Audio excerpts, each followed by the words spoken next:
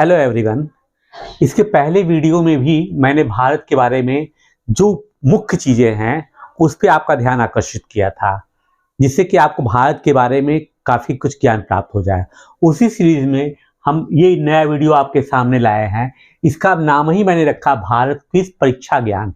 मतलब कि आपको भारत के बारे में, अपने पुराने इतिहास के बारे में या वर्तमान तक की सभी चीज़ों को, जो मेन और विशिष्ट बातें हैं, उसकी जानकारी आपको होनी चाहिए। क्योंकि अगर आप इसको इंटरेस्ट रुचि से पढ़ना चाहेंगे तो भी आपको अच्छा लगेगा, और एज ए स्टूडेंट आप परीक्षा देने जा रहे हैं, इंटरव्यू देने जा रहे हैं, उसमें भी आपको ये काफ़ी उपयोगी साबित होगा। तो आइए हम इस पर चर्चा शुरू करने जा रहे हैं कि भारत में सबसे पहले कागज का रुपया कहां से आया। तो बैंक ऑफ हिंदुस्तान ने 1770 से लेकर 1832 तक पहला कागज का रुपया भारत में जारी किया था। ठीक है। दूसरा है, अब हम देखें कि रिजर्व बैंक ऑफ इंडिया क्या है। रिजर्व बैंक ऑफ इंडिया जो बनाया गया था, इसकी स्थापना हिल्टन यंग कमीशन के अनुसार, मतलब इनके रिकमेंडेशन पे, जिसको क्या कहा गया था, royal commission on Indian currency and finance. इसके बाद जो है ये आरबीआई का 1934 का अधिनियम पास हुआ। इसी के आधार पर जो है 1 अप्रैल 1935 को रिजर्व बैंक ऑफ इंडिया की स्थापना की गई, और इसका पहला मुख्यालय जो था कलकत्ता में था, लेकिन बाद में जो अस्थायी रूप से इसको स्थानांतरित कर दिया गया बंबई के लिए। ठीक। सर चिंतामन द्वारकानाथ देशमुख, जो कि एक सिविल सर्वेंट थे, इस आरबीआई के पहले भारतीय गवर्नर थे। अब आते प्रथम शिक्षा आयोग। शिक्षा में आयोग शिक्षा के लिए, उत्तरोत्तर प्रगति के लिए, उसमें सुधार के लिए तमाम कमीशन बनाए जाते हैं। आज भी जो है सरकार देखती है कि शिक्षा में कौन सा आमूल परिवर्तन किया जाए जिसमें कि हम पिछली कमियों को दूर कर सकें। लेकिन हम ये देखें कि जो आधुनिक शिक्षा प्रणाली है उसमें सबसे पहले इसके सुधार का काम कहाँ शुरू किया गया था। क्यों? क्योंकि हमारे देश में जब अंग्रेज आए या मुगल थे तो हमारे शिक्षा का कोई भी व्यवहारिक स्तर नहीं था। होता क्या था, गांव में लोग काम करते थे, वो जब समय मिला स्कूल चले गए। स्कूल का भी कोई कक्षा नहीं था, न कोई स्थायी टीचर होता था। वो जहाँ चले गए किसी के कमरे में पढ़ लिए, कोई सिलेबस नहीं था। यहाँ तक कि जब खेती का काम होता था सब छुट्टियाँ हो जाती थी, बच्चे वहाँ चले जाते थे और उनकी कोई दिनचर्या भी नहीं थी। मतलब कि शिक्षा का कोई भी हमारे पास व्यवस्थित या सिस्टमेटिक प्लान नहीं था। तो जब अंग्रेजों ने यहाँ पर देखा कि यार यहाँ पर शिक्षा का कोई मतलब ही नहीं है, मौलवी साहब मदरसा में पढ़ा रहे हैं, पंडित जी पूजा करवा रहे हैं, ये तमाम चीजें हैं, अब कोई व्यवस्थित चीजें हैं जिससे कि हम आधुनिक युग में या वैज्ञानिक युग की शिक्षा प्रणाली को बता सकें कि ये वास्तव में इस शिक्षा का यहाँ पर ये उपयोग है। तब क्या था, इन्होंने पहला शिक्षा आयोग जो बनाया, लॉर्ड रिपन ने 3 फरवरी 1882 को जो है शिक्षा में सुधार करने के लिए सर विलियम हंटर के अध्यक्षता में, जिसको बोलते हैं हंटर कमीशन, एक आयोग की स्थापना किया कि हम जो है अब देखें कि भारत में जो है आधुनिक शिक्षा का प्रचार प्रसार कैसे किया जा सकता है। ठीक। फिर अब आता है कि और इन्होंने क्या किया कि जो हमारी पारंपरिक शिक्षा प्रणाली थी उसको इन्होंने पूर्णतः इनकार कर दिया, कहा कि इससे इस भारतवर्ष का विकास नहीं हो सकता है। लेकिन मूल रूप से ये देखा जाए तो भारत के विकास की बातें वो क्यों कर रहे थे? भारत के विकास की बातें इसलिए कर रहे थे क्योंकि अंग्रेज तो क्योंकि शासक के रूप में देश के अंदर थे और उनको काम करवाना था भारतीयों से ही, और भारतीयों को ही समझाना था उनको। तो अब चक्कर ये कि उनका एक वैज्ञानिक दृष्टिकोण था कि अगर भारत की चीजों में, भारत में ही वैज्ञानिक दृष्टिकोण से हम पढ़ाई करेंगे, शिक्षा प्रदान करेंगे, या वो क्या कहना चाहते भारतीयों को समझा पाएंगे बहुसंख्यकों को, तब जाकर के उनकी भी शासन व्यवस्था सुदृढ़ हो पाएगी और भारत के संसाधनों का वो सही प्रयोग कर पाएंगे। ठीक। अब आता है भारत में अंग्रेजी शिक्षा कहां से आई। इसके पहले क्या था, उर्दू फारसी का ही सबसे अधिक बोलबाला था। क्यों? क्योंकि मुगलों के साम्राज्य से ही इन्होंने साम्राज्य को लिया था, नवाबों का शासन अधिकांश क्षेत्रों में था। थॉमस बैबिंगटन मैकाले, इनको मैकाले शिक्षा कहा जाता है ना, इनका पूरा नाम थॉमस, ने अपने स्मरण पत्र 2 फरवरी 1835 को लॉर्ड रिपन विलियम बेंटिक के सामने लागू दिया। हमने शॉर्ट फॉर्म में कुछ चीजों को लिया है, भाषा अलग हो जाती है। मतलब क्या था कि मैकाले ने अपना एक किस्मत पत्र लिखा जिसमें कि उन्होंने फाइंडिंग्स जो थी, उन्होंने देखा कि हमारी जो पारंपरिक शिक्षा की प्रणाली इसमें क्या क्या चीजें हैं, उन्होंने एक मिनट जारी किया और उन्होंने 2 फरवरी 1835 को जो है लॉर्ड रिपन के सामने प्रस्तुत किया, जिसको कि लॉर्ड विलियम बेंटिक ने लागू कर दिया। ठीक, अब जनगणना किसने पहली बार करवाया? तो जनगणना पहली बार जो लॉर्ड रिपन ने 1881 में करवाया। इसको शब्द दिया जा रहा है, यहां पर हमने कहा है कि नियमित। नियमित का मतलब क्या है? जनगणना पहले भी करवाई गई थी लेकिन उनका कोई सिस्टम नहीं था। उन्होंने करवाया था और कुछ किंचित क्षेत्रों में, पूरे भारत का उन्होंने नहीं करवाए थे। तो उन्होंने 1881 में जब लॉर्ड रिपन ने लागू किया इसको, अब ये उन्होंने कहा कि प्रत्येक 10 वर्ष के बाद हम देश में ब्रिटिश शासन में के अंतर्गत जो देश की व्यवस्था है उसके अंदर जनगणना करेंगे और ये माना गया कि अब ये नियमित रूप से हर 10 साल के बाद किया जाएगा। और प्रथम जनगणना आयुक्त कौन थे? Mister W.C. प्लॉडेन प्रथम जनगणना आयुक्त थे, जिसको क्या कहते हैं हम लोग, क्या आज का क्या है, खैर छोड़िए उसको। अब भारतीय राष्ट्रीय कांग्रेस पर हम आते हैं। इसकी स्थापना जो है 28 दिसंबर 1825 को कहां हुई थी? बंबई में हुई थी। इसमें 72 लोक प्रतिनिधि आए थे। इसके संस्थापक सदस्य का नाम A.O. ह्यूम, अध्यक्ष कौन थे? व्योमेश चंद बनर्जी, W.C. बनर्जी। स्थान कौन सा था? ये गोकुल दास तेजपाल संस्कृत महाविद्यालय था, संस्कृत महाविद्यालय था जहां पर किसको की स्थापना हुई थी। अब इसके कांग्रेस की स्थापना के पीछे एक चीज आती है, वो ये है कि आखिर A.O. ह्यूम इसमें क्यों शामिल हो गए? ये तो अंग्रेज थे। माना ये जाता है कि भारतीयों के बीच जो असंतोष फैल रहा था, जो बहुत तेजी से एक राष्ट्रीय स्तर पर संतोष फैल रहा था 57 के बाद, उनको लगा कि ये कभी विस्फोटक रूप हो सकता है।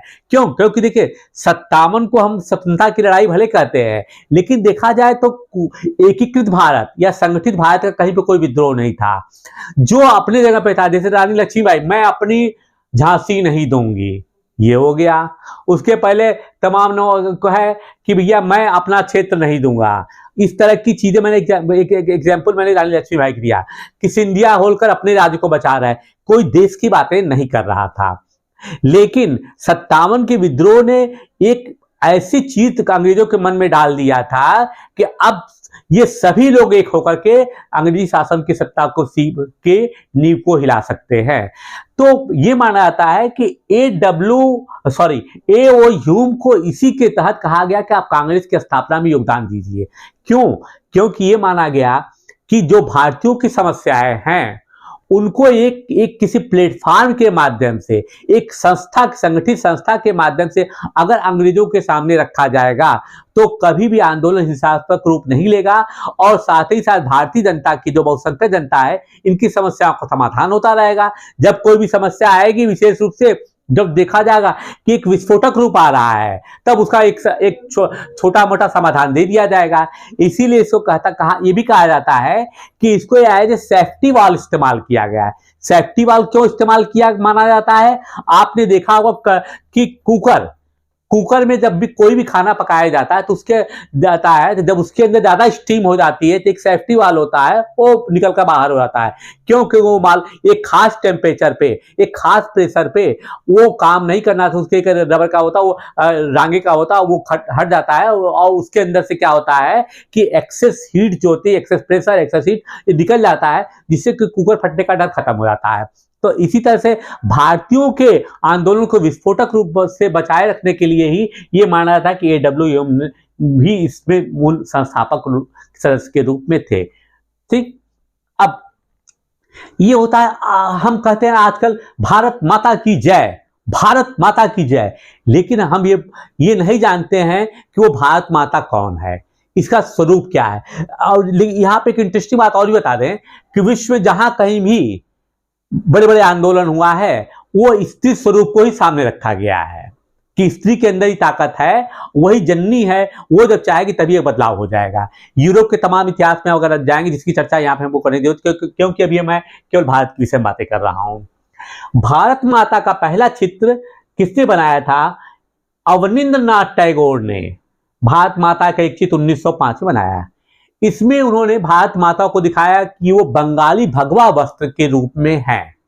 यही भारत माता का पहला चित्र आया, जिसको कि माना गया कि हम इन्हीं के जननी हैं, भारत माता ही जननी है और हम इन्हीं के संतान हैं। इसलिए इनकी रक्षा करना, इनके सम्मान की रक्षा करना हमारा एक दायित्व बनता है।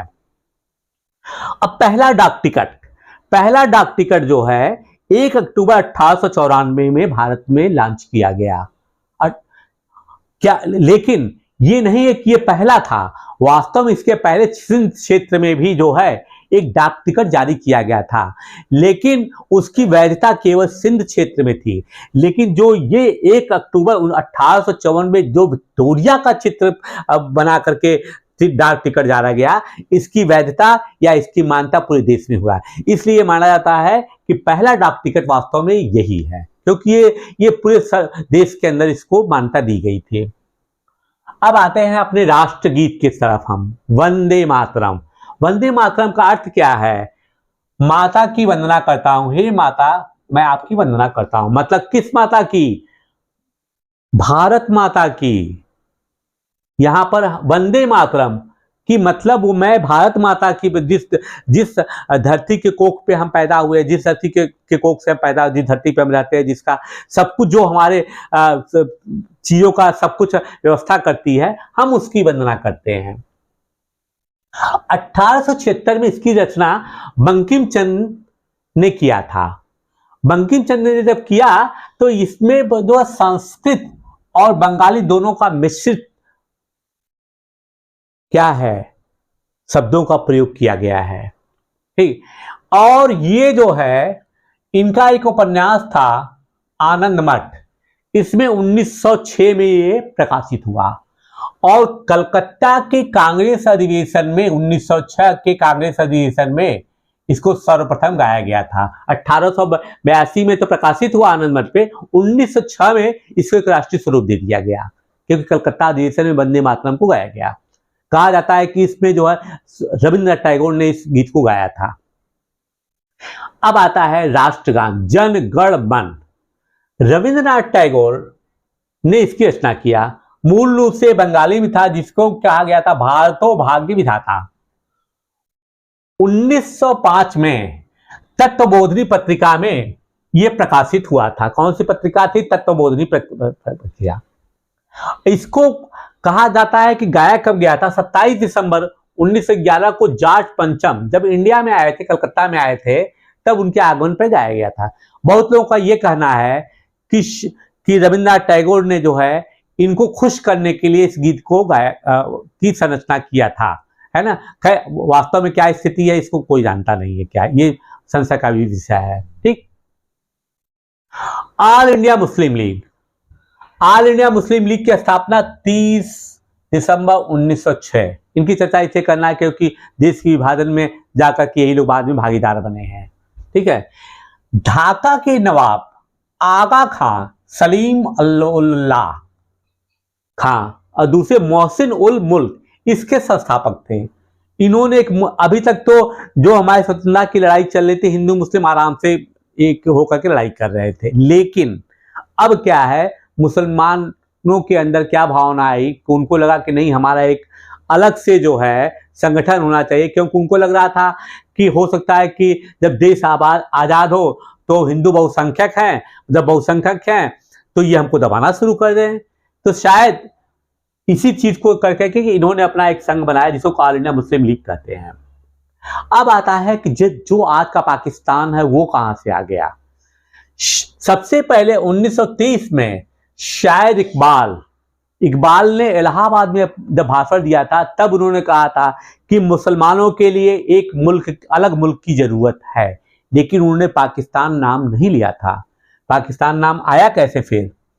अब देखिए, सर्वप्रथम कैम्ब्रिज के एक छात्र, क्या नाम था, चौधरी रहमत अली ने पाकिस्तान शब्द का प्रयोग 1933 में अपनी एक बुक में किया, जो कि Cambridge university first time he use the name of Pakistan, कि एक पाकिस्तान एक कंट्री अलग से होनी चाहिए। अब जब यहां पर ये चीज घटित हो रही है तो उसके अब देखिए हिंदू महासभा भी आ गई अस्तित्व में। अब देखिए संप्रदाय आ गई कि भाई ठीक है, आपने अपना संगठन बनाया, हम भी हिंदुओं को संगठन बना लेते हैं। तो 1915 में कुंभ मेला प्रयागराज इलाहाबाद में ही इसके बारे में एक विचार आया। इसमें स्वयं गांधी जी भी शामिल थे, गांधी मदन, लेकिन ये विचार को सबसे पहले सामने लग थे पंडित मदन मोहन मालवीय जी ने इस विचार को सामने रखा, और इसी में जो है इसकी स्थापना मालवीय जी के इनिशिएटिव पर इसका हुआ स्थापना। लेकिन इसके पहले अध्यक्ष कौन थे? वो अध्यक्ष थे मानिन चंद नंदी। इसके जो कौन थे? कासिम बाजार के महाराजा। अब जैसे देखिए इनके प्रथम अध्यक्ष कौन है? संस्थापक तो ये हैं, लेकिन इनके पहले प्रथम अध्यक्ष हैं वकार उल मुल्क। इसी तरह के हिंदू महासभा के अध्यक्ष मानिनचंद नंदी। तीसरी फिर एक संस्था आ गई, राष्ट्रीय स्वयंसेवक संघ। 27 सितंबर 1925 को विजयादशमी के दिन नागपुर में जो है डॉक्टर केशव हेडगेवार ने इसकी स्थापना की। ये केवल खेल कूद और बच्चों के कुश्ती या समान एक्सरसाइज के लिए इन्होंने ग्रुप बनाया था, और इन्होंने कहा कि ये सब स्वयंसेवक जो कि राष्ट्र के काम आएंगे। लेकिन नाम इसका राष्ट्रीय स्वयंसेवक संघ जो है 1 वर्ष के बाद दिया गया है। ठीक, उस समय उसको नाम नहीं दिया गया था, एक ग्रुप था कि ये कौन लोग हैं जो कि राष्ट्र की सेवा के लिए स्वयं ये ऐसा संघ है जो कि राष्ट्र की सेवा के लिए स्वयं समर्पित हो जाएगा। अब आता है कि हमारा प्रश्न, जो तिरंगा है इसको किसने बनाया है? इसको बनाने वाले थे पिंगली वेंकैया, जो 1921 में इसको बना दिया था। भारत का राष्ट्रीय ध्वज बनाने के पहले इन्होंने कम से कम 30 देशों के राष्ट्रीय ध्वजों का अध्ययन किया था, और उनको लगा कि किसमें क्या हो सकता है, किसमें क्या होता है। ऐसे रैंडम इन्होंने नहीं बना दिया कि तिरंगा बना दिया, ये बना दिया, चक्र बना दिया, सब कुछ हो गया। उन्होंने उसके थीम का स्टडी किया कि हर एक झंडे जहां बनाए गए हैं ये झंडे कहते क्या हैं। मतलब झंडा ऐसा सामने से देख कर के हमें मालूम हो जाए कि झंडा हमसे क्या कहना चाह रहा है, क्यों इसका रंग है, कौन सा रंग है, क्या उसको हम व्याख्या कर सकें। ठीक, और 1929 को लाहौर कांग्रेस अधिवेशन में इस तिरंगा को पहली बार राष्ट्रीय ध्वज को फहराया गया था। अब आते कुछ कमीशन की चर्चा कर लें। इस कमीशन की चर्चा करें क्योंकि इनका भारतीय इतिहास में बहुत बड़ा एक योगदान रहा, या भारतीय इतिहास को उलटफेर करने में इनका एक बहुत ही बड़ा, क्या कह सकते हैं कि दगाबाजी भी रही, कह सकते हैं, योगदान रहा अंग्रेजों के लिए, दगाबाजी देश के लिए। ठीक है, सर जॉन साइमन कमीशन कौन थे? ये अल्बर्ट सर साइमन कमीशन की अध्यक्षता में क्या था? 30 अक्टूबर 1928 को लाहौर आए। इसका विरोध देश में शुरू हो गया।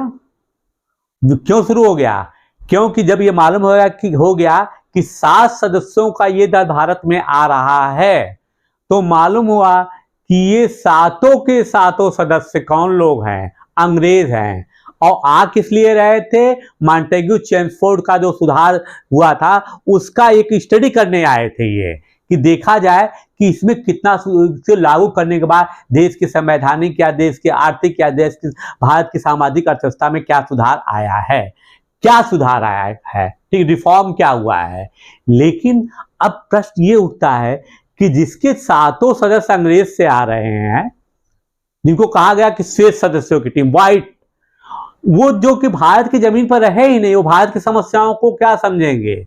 अरे भाई, इसमें ठीक है आप शासक थे, 2 अंग्रेज भी होते, कोई बात नहीं, 2-3 होते, कम से कम कुछ भारतीय होते, वो न अपनी समस्याओं को रखते कि भाई मॉन्टेग्यू चेम्सफोर्ड रिफॉर्म में क्या कमियां थी, क्या नहीं थी। आप तो एक तरफा काम कर रहे हैं। तब यह हुआ कि मद्रास के 1927 के अधिवेशन में डिक्लेयर कर दिया गया था कि जब भी साइमन इंडिया में आएगा हम लोग साइमन का विरोध करेंगे। और जैसे ही साइमन आया, गो बैक साइमन का नारा लगा। उसी बीच में हमारे शेरे पंजाब लाला लाजपत राय जी इसी की विरोध करते चले गए। क्यों, कैसे मरे वो? जब ये विरोध कर रहे थे तो पुलिस अफसर स्कॉट की एक लाठी इनके सिर पर लगी, लाठी चार्ज हुआ, और उसके बाद जो है हमारे शेरे पंजाब कुछ दिनों के बाद उस चोट से क्या हुए, इस दुनिया को छोड़ करके शहीद हो गए। लेकिन मरने के पहले शेरे पंजाब लाला लाजपत राय ने कहा था, अंग्रेजों की ये लाठी अंग्रेजों के शासन के ताबूत की अंतिम कील साबित होगी। उसके बाद वो शहीद हो गए। ठीक, ये देख लिया। फिर दूसरा, अब क्रिप्स मिशन की हम चर्चा करते हैं। क्रिप्स मिशन जो है, हाँ ये देखिए, इस समय जब किया गया था उस समय वर्लिन जो थे वो इंग्लैंड के प्रधानमंत्री थे, वर्लिन। ठीक, क्रिप्स मिशन में विंस्टन चर्चिल प्राइम मिनिस्टर थे, प्रधानमंत्री कौन था वहां पर? Cripps mission. 1942 में ये जब कमेटी आई तो स्टैफोर्ड क्रिप्स जो कि वहां के लेबर मिनिस्टर, श्रम मंत्री थे, इनके नेतृत्व में जो है ये कमीशन हमारे पास है। दो मेंबर और भी थे। ठीक है, अब इसके बाद जो है इन्होंने क्या किया कि इनको क्यों भेजा गया? ये 22 मार्च 11 अप्रैल 1922 भारत में आए। इनका ये आए इसलिए थे क्योंकि सेकेंड वर्ल्ड वॉर चल रहा था, ब्रिटिश सेना वर्ल्ड के हर कोने में डिफीट खा रही थी, यहां तक कि जापानी इंडिया की तरफ भी आ रहे थे, जर्मनी में डिफीट इनकी होते, हर जगह ब्रिटिश पिटे जा रहे थे, 50 जगह उनके साथ हर जगह था। इनकी स्थिति बहुत खराब हो गई थी। तब मित्र राष्ट्रों ने कहा कि भाई भारत विशाल देश है, उनके पास संपदा है, मैन पावर है, सब कुछ है, हाँ अगर आप उनका सहयोग लें तो हम लोग युद्ध में जो है, जो एक्सिस पावर है, जो है हिटलर मुसोलिनी और क्या हीरो के एक्सिस बना हुआ है, हम उसको डिफीट दे सकते हैं। और तो क्रिप्स को इसीलिए भेजा गया कि भाई आप आइए भारत में, भारतीयों से सहयोग मांगिए और उनको कुछ आश्वासन दीजिए कि हम जब युद्ध खत्म होगा तो आपको क्या देंगे। तो क्रिप्स मिशन ने कहा कि जब युद्ध समाप्त हो जाएगा तब हम आपको डोमिनियन स्टेटस का दर्जा देंगे। डोमिनियन स्टेटस का दर्जा का क्या मतलब हुआ कि हम आपको काफी क्षेत्रों में, यहां तक अंतरराष्ट्रीय नीतियों में भी आपको स्वायत्तता दे देंगे, जहां पर कि ब्रिटिश शासन का हस्तक्षेप बहुत कम होगा। अब ये देखिए, ये बता रहे हैं कि युद्ध के बाद होगा, है ना। फर्स्ट वर्ल्ड वॉर में भी हमने मदद किया, इन्होंने क्या दिया सबको पता था। तब गांधी जी ने कहा था कि इस मिशन के प्रपत्र कहा कि it is post dated cheque, वो चेक जिसको कि आप काट तो दीजिए, बाद में बुनाया जाएगा, पोस्ट डेटेड है। आज हम आपके नाम 1 अरब रुपए का चेक काट देंगे, अगले महीने इसको कैश करवा लेना, रुपए एक नहीं रहेंगे। तो इसीलिए गांधी जी ने कहा कि भैया क्रिप्स मिशन का कोई हमको फायदा नहीं है, ये तो पोस्ट डेटेड चेक है, इसलिए हम इसका विरोध करते हैं। अब आया कैबिनेट मिशन। कैबिनेट मिशन क्या है? 24 मार्च 1946 को, देखो इसमें भी स्टैफोर्ड क्रिप्स, अलेक्जेंडर पैट्रिक रास को क्लेमेंट एटली ने भारत भेजा, और ये 16 मई 46 को इन्होंने अपनी योजना प्रस्तुत की। इनका उद्देश्य क्या था? इनको चूंकि ये बता दिया गया था कि अब भारत को जो है हम आजादी देने वाले हैं, हम भारत को क्या देने वाले हैं? आजादी देने। कैबिनेट मिशन क्यों कहा गया? क्योंकि इसमें ब्रिटिश संसद के सभी कैबिनेट मिनिस्टर थे। इन्होंने अपनी एक योजना प्रस्तुत किया और भारत में भारत के संविधान बनाने वाले नेताओं से मिले। इन्होंने कहा कि भारत के संविधान को किस तरीके से आप बना सकते हैं, क्या कर सकते हैं, उसमें भी सहयोग इनको देना था। क्यों? क्योंकि इसके पहले भारत एक संपूर्ण राष्ट्र, भारत जो चल रहा था वो ब्रिटेन के अधीन ही ब्रिटिश कानून के तहत काम करता था। तो ये हुआ कि जब आपको देश चलाना है तो आपका एक संविधान तो होना चाहिए, तो मूल रूप से कैबिनेट मिशन इसी के लिए आया था। अब 3 जून योजना, 3 जून योजना क्या है? इस समय लॉर्ड माउंटबेटन इंडिया में थे। इन्होंने इस 3 जून योजना के अनुसार यह कहा गया था कि 26 जून 1948 तक अनिवार्य रूप से भारतीयों का शासन जो है भारतीयों के हाथ में होगा, अंग्रेज भारत छोड़कर के चले जाएंगे, इसीलिए इसको 3 जून योजना भी कहा जाता है। और इसी माउंटबेटन ने जब गांधी जी की किया थी, इन्होंने कहा था 1 मैन बाउंड्री फोर्स कहा था, एक आदमी का जो है सीमा सुरक्षा बल का आदमी गांधी जी को कहा था। ठीक, अब आइए भारतीय संविधान के कुछ क्षेत्रों में चलते। प्रेम बिहारी राय जादा सक्सेना, ये कौन है भाई? ये सुलेखक थे कैलीग्राफा। भारतीय संविधान जब लिखा जा रहा था तो ये हुआ कि सबसे पहले इसको हाथों से लिखा जाए, तो ये बहुत अच्छा लिखते थे। 251 पेज का पूरा इन्होंने अपने हाथों से लिखा, जिसको हर तरीके से, एक तरीके से छपाई प्रिंटिंग मशीन का होता है उस तरीके से इन्होंने लिखा था। लेकिन इन्होंने कहा था मैं इसका पारिश्रमिक बिल्कुल नहीं लूंगा, बस ये हुआ कि हर पन्ने पर मैं अपना नाम लिखूंगा, मेरा हस्ताक्षर रहेगा, और अंतिम पन्ने पर मैं और मेरे दादा का नाम रहेगा। ठीक है, इसमें लिखा है कि इनका कि सुलेखक भारतीय संविधान को हाथ से लिखा, जो 251 पेज का है, जिसके प्रत्येक पृष्ठ पर इनका नाम, अंतिम पृष्ठ पर इनका, और इनके दादा कौन थे, कौन सा नाम है, वो दादा का नाम है राम प्रसाद जी का नाम है अंतिम उस पे। ठीक, अब आइए और दो विभूतियों को देखें। ये लोग कौन है, नंदलाल बोस, राम मनोहर सिन्हा। ये लोग एक्चुअली शांति निकेतन के ही चित्रकार थे। ठीक, इन्होंने भारतीय संविधान में जो डेकोरेशन पोर्शन किया गया, तमाम चित्रों से भारतीय संविधान को के पन्ने पे बनाए गए थे, उन चित्रों को बनाने वाले कौन थे, चित्रकार बंगाल के मिस्टर नंदलाल बोस और राम मनोहर सिन्हा। और फिर आइए ग्वालियर सेंट्रल लाइब्रेरी, इसका नाम मैंने क्यों लिया है, जब भारतीय संविधान बनाया गया था इसकी टोटल 16 प्रतियां बनाई गई थी। ठीक है, लेकिन जो उसकी मूल प्रति थी वो ग्वालियर के सिंधिया राजा को दी गई एक प्रति, और जो कि ग्वालियर के सेंट्रल लाइब्रेरी में संजोई है, रखी गई है। पांडुलिपि एक तरह से है, हस्तलिखित पांडुलिपि कहां पर सोचिए, इसीलिए ग्वालियर सेंट्रल लाइब्रेरी का नाम आता है। अब जब संविधान बनाया गया तो संविधान में एक बात और है कि पहला हस्ताक्षर किसने किया, तो वास्तव में प्रथम हस्ताक्षर तो डॉक्टर राजेंद्र प्रसाद ने किया, क्योंकि संविधान सभा के अध्यक्ष थे।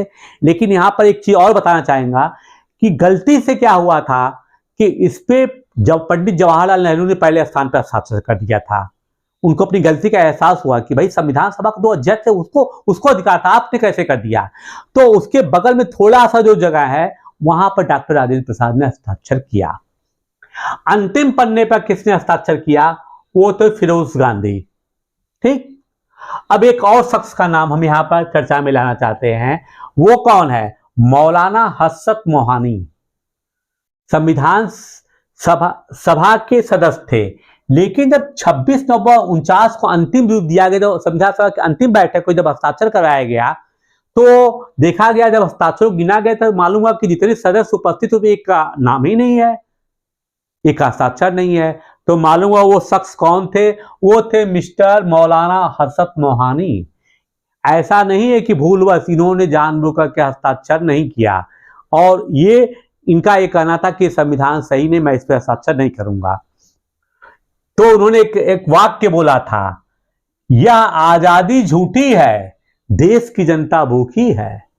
उन्होंने कहा देश आजाद तो हो गया है, लेकिन मैं इसको आजादी नहीं मानता हूं।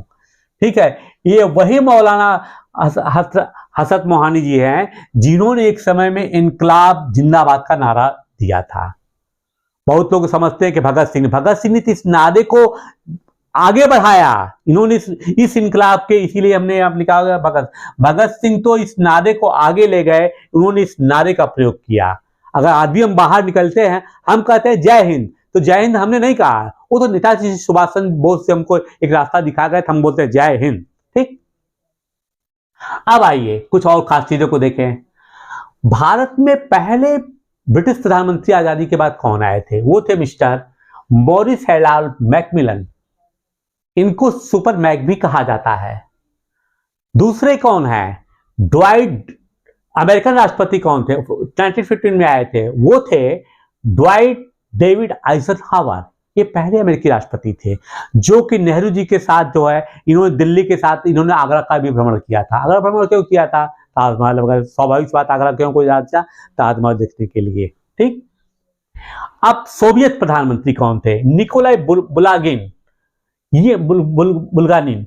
1955 में इन्होंने भारत का दौरा किया। मतलब 3 विश्व की महान शक्तियां हैं, उनके बारे में मैंने आपको चर्चा कर दिया। चीन तो कम्युनिस्ट कंट्री था, उसकी कोई चर्चा करने की भी आपको जरूरत ही नहीं है, क्योंकि उनसे हमारे संबंध अच्छे नहीं। ठीक, अब आइए दो तीन चीजों को और देखते हैं। सर सिरिल रैटक्लिफ, ये कौन है शख्स भाई? ये भारत पाकिस्तान सीमा का निर्धारण करने वाले थे। 7 अगस्त 1947 को, मात्र महीने के अंदर ही समझ लीजिए एक तरह से, इन्होंने क्या किया, कहा कि भारत और पाकिस्तान का बंटवारा कैसे होगा, कौन सी सीमा होगी। ये पेशे से वकील थे। और देखिए दुर्भाग्य की बात क्या है कि ये भारत आए ही नहीं थे उस समय था। इनको भारत के भौगोलिक स्थितियों की जानकारी नहीं थी। इन्होंने एक तरह से सांप्रदायिक आधार पर मुसलमानों के लिए एक लाइन बना दिया, हिंदुओं के लिए एक लाइन बना दिया, कहा ये ऐसे रहेगा, ये ऐसे रहेगा, ऐसे रहेगा। तो उन्होंने मूल रूप से क्या किया कि उस समय पूरी पाकिस्तान था, ठीक है, और जो कि 1971 में आजाद होकर बांग्लादेश बन गया। पूर्वी पाकिस्तान और पश्चिम पाकिस्तान की बॉर्डर लाइन खींच दिया। उन्होंने कहा ये पाकिस्तान का होगा, और यहाँ की जो लाइन है, बॉर्डर लाइन है पूर्वी पाकिस्तान से या पश्चिम पाकिस्तान से, उसको बोला जाएगा रैटक्लिफ लाइन, ठीक है।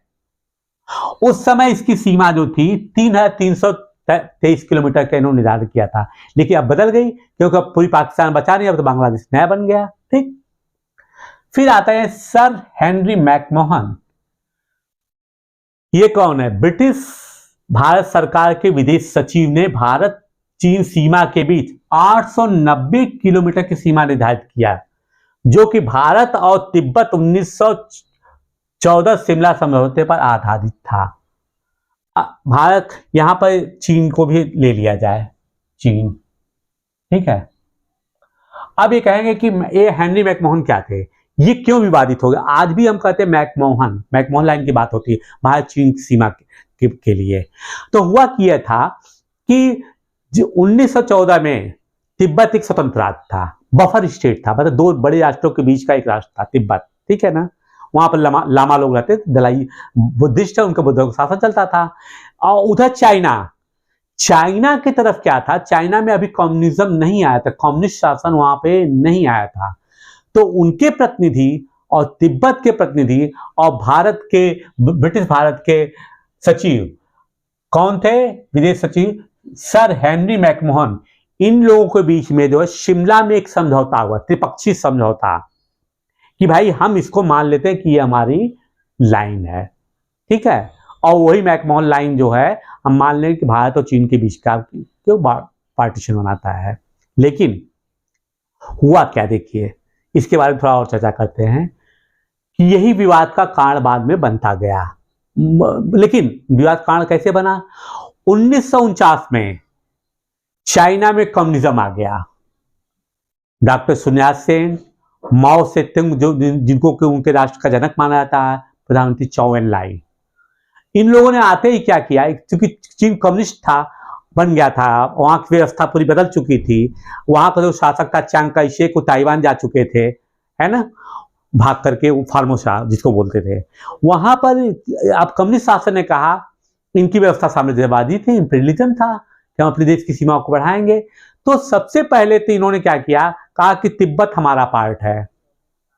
क्या है? तिब्बत हमारा पार्ट है।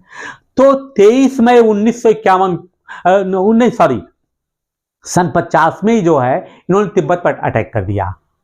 तिब्बत पर अटैक कर दिया तो भारत उसमें इंटरफियर नहीं किया, कहीं नहीं इंटरफियर किया। लामा और बुद्धिस्ट लोगों ने इंडिया से मदद मांगा, लेकिन भारत ने कोई मदद नहीं दिया, क्योंकि भारत की परिस्थितियां अलग थी, ठीक है। 23 मई 1951 को जो है तिब्बत के लामा और उनके 70 सदस्यों ने मिलकर के चीन के साथ एनेक्सेशन मान लिया कि ठीक है हम आपके साथ रहेंगे, ठीक है। और उन्होंने कहा कि हम आपके साथ एनेक्स कर लेते हैं। दूसरी तरफ 1954 में एक भारत और चीन के बीच संधि हुई, उसमें भारत ने मान लिया कि ठीक है तिब्बत आपका भाग है। अब देखिए विवाद की जड़ भारत चीन सीमा से यही शुरू होती है, जिसके बच्चे मैं डिटेल में एक चर्चा करूंगा। लेकिन यहां मैं एक चीज समझाना चाहता हूं कि इस विवाद में क्या था। विवाद में ये था कि चूंकि तिब्बत का कुछ इलाका जो है अक्साई चीन का एरिया जो है, तिब्बत भारत से भी कहता था कि ये हमारा क्षेत्र है, ये किसका क्षेत्र है, ये हमारा क्षेत्र है। लेकिन भारत ने उसको नहीं माना, भाई ये आपका क्षेत्र नहीं है, तो भारत का है। हुआ क्या कि जब हमने ये मान लिया कि तिब्बत चीन का क्षेत्र है, तो अब क्या था कि तिब्बत जो मांग कर रहा था भारत से कि ये क्षेत्र हमारा है, चाइना ने कहा भाई वो क्षेत्र भी तो हमारा है, बस यहीं से विवाद शुरू हो गया। और इसके सीनो इंडिया वार के बारे में मैं एक अलग वीडियो बनाऊं जिसमें मैं सब कुछ फैक्टर्स को बताऊंगा क्या क्यों कैसे हुआ। ठीक, अब आता है डूरंड रेखा। डूरंड क्या है भैया? ब्रिटिश भारत सरकार के सचिव सर मोर्टिमर डूरंड, इन्होंने इस रेखा को बनाया था। तो उस जिस समय रेखा को बनाया गया था वो समय था 1893 12 नवंबर। ये समझौता अफगान के शासक या उस समय उनको अमीर भी कहते थे, अब्दुल रहमान खान, इनके बीच में एक समझौता हुआ जिसके तहत अफगानिस्तान और ब्रिटिश इंडिया के बीच एक पार्टीशन लाइन बनाया गया, क्योंकि पाकिस्तान उस समय था नहीं, पाकिस्तान का कोई अस्तित्व नहीं था। इसलिए डूरंड रेखा उस समय ब्रिटिश इंडिया में भारत और अफगानिस्तान को विभाजित करता था। माना कि अब वो चूंकि पाकिस्तान बीच में आ गया तो वो पाकिस्तान और अफगानिस्तान के बीच का हो गया। तो आशा करता हूं कि मैंने भारत के विषय में क्विज के हिसाब से, परीक्षा के हिसाब से कुछ और आपके सामने ज्ञानवर्धक चीजें प्रस्तुत किया है। अगले वीडियो में किसी अन्य टॉपिक के साथ फिर से हम आपके सामने प्रस्तुत होंगे, उपस्थित होंगे। तब तक के लिए बाय बाय।